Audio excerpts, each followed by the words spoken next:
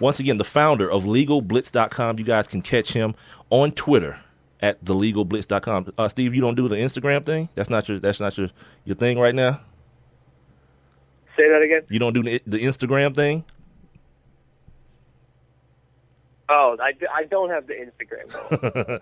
So, ladies and gentlemen, at the Legal Blitz is his Twitter. And Steve, by all means, sir, we definitely thank you for joining the show today. And hopefully, as more legal issues present themselves within the world of sports, we're able to lean on your expertise some, sir.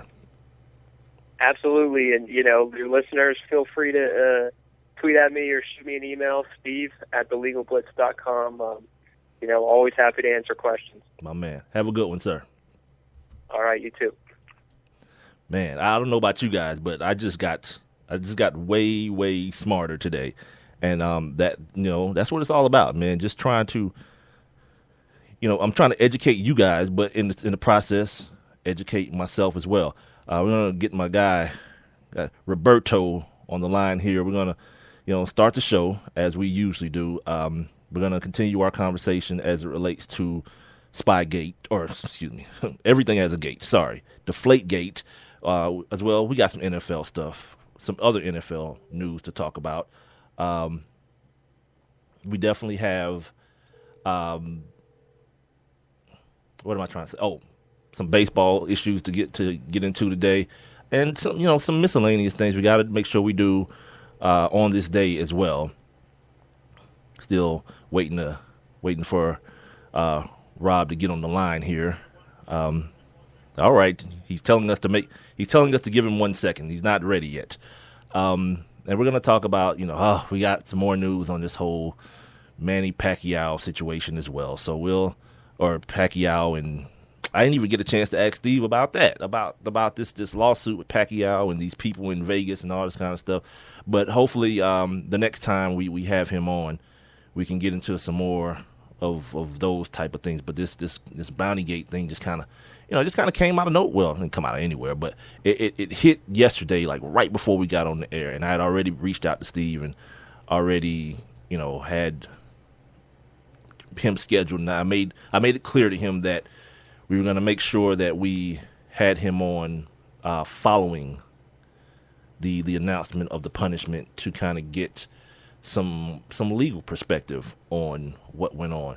So I don't know about you guys, but I'm full already. We still got 2 hours to go, and I am I'm full of good solid information. This is the Sports Kings podcast. Big Mike here with you as we wait for my partner Rob Calloway to get himself situated and join the situation here. We're being broadcasted via Spreaker.com, so make sure you guys tell everyone and anyone that you might know. Also, you guys can find us on social media, Twitter, Instagram, and Facebook at Sports Kings Live, as well as shoot us your email questions and your concerns or whatever you got to say to us. You can do it on Instagram, Twitter, or Facebook, or by email, sportskingslive@gmail.com. All right. Now that we got all that great information from Steve, let's get into it.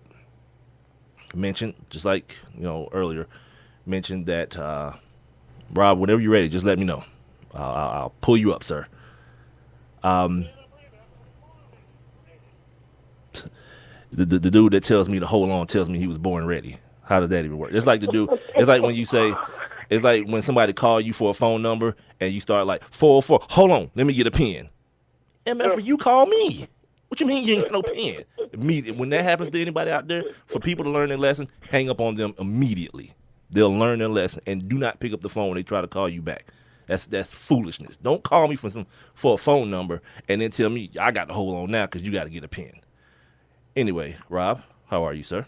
Yes, sir. Man, I'm good, man. How you doing? I don't know, dude. What you eating on over there? Sounds good. Oh, man, it was good. I was just finishing off a little fish, man. I had to get that protein, man. I started training for the pizza yesterday. When is that again? When does that happen? Labor Day? When does the Peachtree Roll race happen? 4th of July. 4th of July. 4th of July. One of those made up. Mm-hmm. Well, 4th of July isn't necessarily a made up holiday. I'll let that one slide. Yeah, don't do that. In my evolution of eliminating foolish holidays. That's not really a made up one. That's something actually happened on that day. It's a commemorance of this country's birth. Which maybe I can scratch that one because at that time, bad things were happening to people who look like me. So, yeah, we're gonna put that one before the judges and see what they say. Because, yeah, now that I think about it, it wasn't a good time. Yeah, it wasn't a good time for me at all. Okay, Bounty Gate God, it's so stupid. Everything has gate on it. The the freaking what is it? Deflate Gate. I know, but I almost had to because I was talking to Steve and I told him how much I hate it. And then I told him, but for conversation's sake, because that's what it's commonly known as, I'd be calling it that. I would call it the improperly inflated football scandal, but that's a little bit elongated and long. It's I have succumbed to the ESPN mission of making all of you idiots by applying gate to any controversy that ever happens in the world. All right, I'm done. Sorry. You just caught taking the bosom. It's bosom gate. All right, so to recap real quick, Tom Brady suspended 4 games. The team docked a first-round pick in 2016 and a fourth-rounder in 2017, as well as $1 million. If I was Robert Kraft, I would do I'd do a Mark Cuban. I'd send my $1 million to the NFL headquarters in pennies. In pennies. Pennies. And run it. Oh, meanwhile, the Patriots fans have created a GoFundMe. Now, they're so idiots. They're so stupid. I'm saying we got a GoFundMe account for a good reason, right? Because we're trying to forward this whole Sports Kings podcast and take it back to the millions and millions of the Kings fans. These idiots out here in New England get caught cheating, and they talking about they go raise $1 million so they can pay the Patriots fine. Like, come on. Meanwhile, the owner of the team is worth $4.3 billion. So there's that. Yeah. Oh, I love foolery and stupidity, and that this has that all covered all over it. I mean, no matter what side of the issue you're on, you're probably got splashed with some stupidity on you. And by the way, these GoFundMe guys have raised about $7,000. If anyone thinks it's foolish, and if any of you think that any of that money is going to reach the NFL headquarters, you're as dumb as you look, and I can't even see you. How about that? Yeah, no effing way. Them dudes are pocketing. There's no way them dudes make 10 G's, let's say they cap out at 10 G's. There's no way they look at this 10 G's and was like, oh, God, we were going to give it to the team, but it's 10 G. Yeah, pocketed immediately. Pocketed immediately, dude. You're going to see them same dudes on the 50-yard line on the front row next year when they had nosebleeds last year. Dummies. Yeah, keep giving away your hard-earned money. Idiots. It's so crazy because Sunday, boy, before everything even broke, I pained myself. I made the biggest mistake in my life, and I turned on local sports talk radio. See, and it was the biggest mistake of my life, man. I found myself actually texting the host, telling them what an idiot he was. I don't even know who it was. Wait, what station were you listening to? Our old station. 92.9. What time was it? Sunday. Oh, Sunday? Never mind. I don't know. Yeah. Yeah, it was. I was leaving my mom's house after, we had been hanging out for Mother's Day. And I got in the car, and I was like, let me just see what everybody's talking about. So I turned it on. And whoever this host was is a Tom Brady lover. I'm talking about he was stroking Brady. And he goes, this is such a non-story. Everybody's talking about penalties going to come down in a matter of days. Nothing's going to happen to Tom Brady. This is such a non-story. Why are we even sitting here dwelling on this? Well, he was wrong. He couldn't be any wronger. And I was like, dude, he cheated. Like, this is the story. He cheated. Yeah, here's the thing. It's unbelievable. And I sat through like 20 minutes of that because I was just hoping that at some point they would go to the phone lines and somebody would just lose their mind. That would be better. The phone call, you must have forgotten. Yeah, the callers would be better. They'll improve the show. Of course not. Yeah. That never happens anywhere. Yeah. Where was I? Recapping the Spygate and the penalties and all that. What I believe has happened here is Roger Goodell. He and Troy Vincent, because Roger Goodell had to sign off on it. Troy Vincent is the one who supposedly came up with the punishment on his own independently.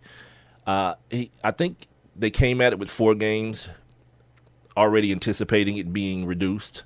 My man Steve dropped something on me earlier in the first 30 minutes of the show. Steve Silver of thelegalblitz.com dropped this on me because he was like, in the collective bargaining agreement, the max fine for an offense is $500,000. But what these dudes did, they took 2 offenses and put them together to make $1 million. My man. And wow. Basically his point was, his overriding point was that inevitably this sets a terrible precedent, because what if they want to fine you $5 million? They just get a bunch of stuff, get 10 different things together and say it's $500,000 for each one, $5 million, cough it up. You feel me? It's like, what the hell is Roger Goodell doing? Like, let's put the bounty or spy deflate thing to the side, whatever. Let's put that to the side for a minute. What the hell is this dude doing? Why is there no rhyme or reason to anything happening in the world of the NFL? Like, why can't, like, if something like this happens in like regular society, Aaron Hernandez murders a dude, right? If he gets convicted, Rob, what's he gonna serve? What's going to be his penalty? But what are the options ahead of us in the state of Massachusetts? You're asking me? Yeah, he gets convicted for murder. What are we looking at for him? Before he even goes to the jury, if he gets convicted for murder in America, what are the basic options that he's facing once convicted for murder, for first-degree murder? Life or death. Right. See? And in the state of Massachusetts, there is no death penalty. So it's life. We know this going in.